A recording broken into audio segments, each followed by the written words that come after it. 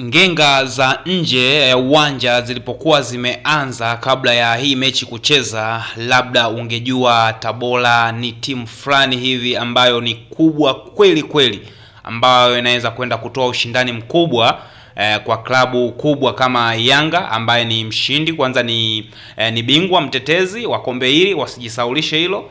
Lakini pia Yanga hao ndo timu bora ambayo kwa sasa hivi Afrika wanahitaji kuwa ni miongoni mwa timu bora ambazo zipo Afrika, lakini hilo walilisahau Tabora na kuibeza kweli kweli, kutokana na kwamba walishinda mechi yao ya kwanza, mechi ambayo ilikuwa na mazingzong mengi kiasi ambacho kilipelekea timu ya Yanga kufungwa kwenye ile mechi. Lakini si kwamba Tabora walikuwa bora for that way mpaka wakashinda hiyo mechi, lakini ni mapungufu ambayo walikuwa nayo Yanga ndo yaliwapelekea Tabora kuweza kushinda. Kwanza ukiangalia mechi ya kwanza ambayo walicheza kwenye uwanja wa Azam Complex, Yanga walikuwa na majeruhi mengi sana, majeruhi walikuwa ni wengi sana. Kwanza walikuwa wametoka kufungwa na klabu ya Azam, lakini pia ukiachana tunakufungwa na klabu ya Azam, pia walikuwa wametoka kupata wachezaji wengi majeraha. Kwa mfano backline yote ya nyuma ya Yanga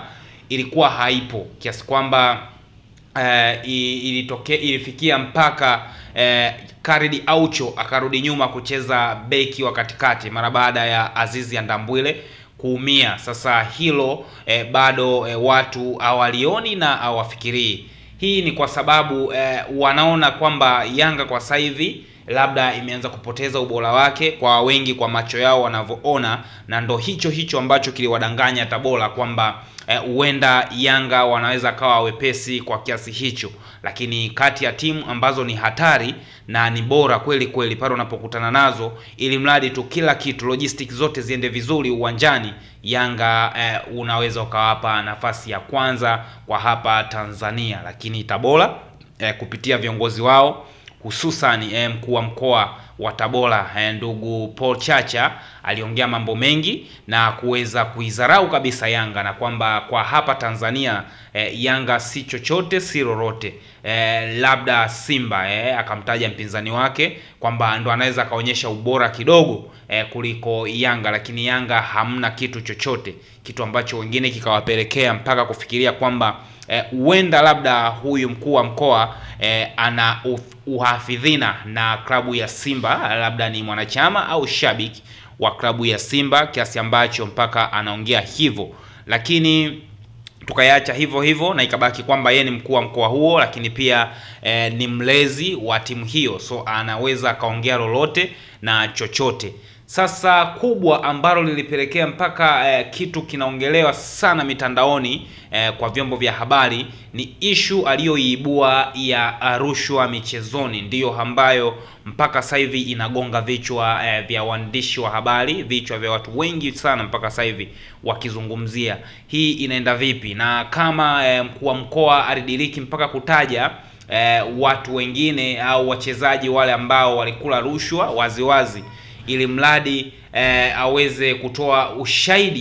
Ilikuwa ni wazi kabisa kwamba TFF ili swala wangelifuatilia kwa hali ya juu, au pia wangewashirikisha TAKUKURU ili swala walichukue kiukubwa, waweze kulifuatilia na kuweza kuwatia nyavuni hao ambao wameonekana wamekula rushwa au wamepewa rushwa na klabu ya Yanga kama ambavyo imesemekana.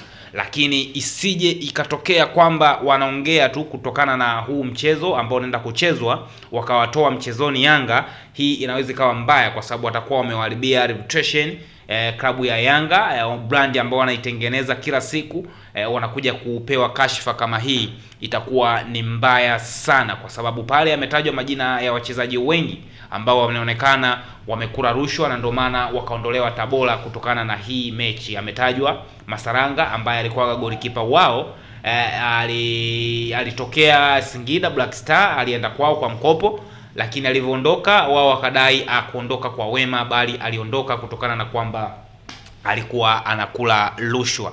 Lakini watu wakadauti pia kwamba huyu Hussein Masaranga ndiye ambaye alidaka mechi ya kwanza ambayo Yanga alikufa goli 3-1 hapa. Sasa inakueje sasa hivi wanaanza kusema Masaranga alikula rushwa au ni mtu ambaye anapokea hongo? So hilo bado litabaki kuwa chini ya mkuu wa mkoa ambaye yeye ndo alimtaja huyo mchezaji, na TAKUKURU naamini watakuwa wanazifuatilia hizi taarifa na yeye ndo atatoa huo ushahidi. Lakini pia tumeambiwa kwamba kuna wachezaji ambao jumbe zao zinaonyesha kabisa kwamba wametumiwa ili wacheze under performance ili Yanga aweze kupata ushindi na watapewa chochote kitu. Sasa ndo chanzo hapo, ndo mwanzo huo wa kwenda kuchukua hizo jumbe na kuzisoma na kuona ni nani ambaye amewatumia wachezaji hao hizo jumbe. Sasa kama hili pia litakaliwa kimya hivi, manake tutakuwa hatujengi na soka la Tanzania litakuwa linaenda kuharibiwa kama kweli tuhuma hizi za upangaji wa matokeo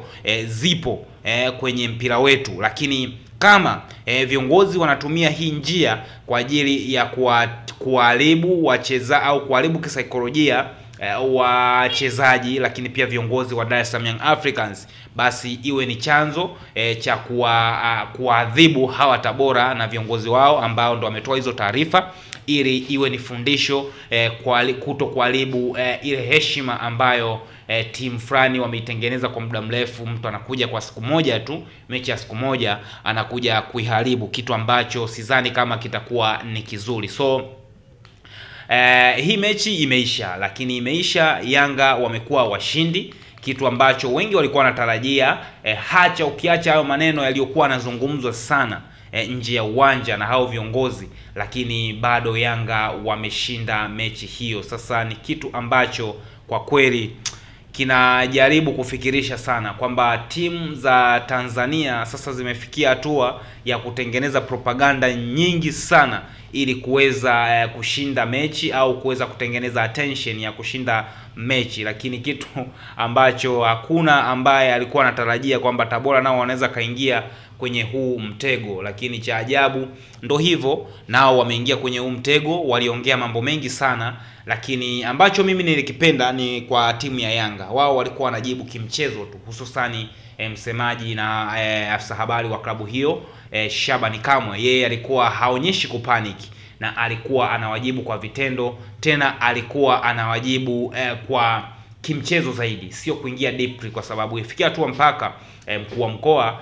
anajaribu kuongea waziwazi ni kama amepanic, lakini yeye alikuwa anaongea simply kabisa. So ifikie hatua heshima lazima ichukue mkondo wake. Mimi naamini kama Yanga tu kwenye press yao, kocha wa Yanga amewaheshimu sana Tabora, ameongea kiukubwa na kujua ni jinsi gani ambavyo Tabora kweli ni threat, wanaweza akawaleta threat kwa klabu ya Yanga, lakini si kwa kwamba watawaogopa, wanawaheshimu na watacheza kama wanavyocheza na timu zingine.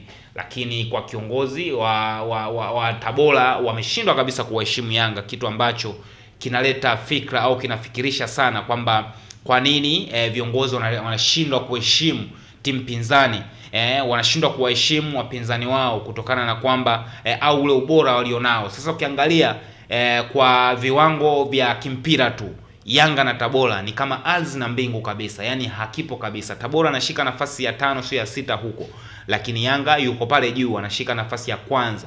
Si nafasi ya kwanza tu, hata pointi Yanga na pointi 60 huko lakini Tabora yeye ana pointi 30 na huko. Sasa wewe unawezaje kwanza kubishana au kupandishiana misuli na timu ya namna hiyo? So ifikia hatua lazima heshima ichukue mkondo wake.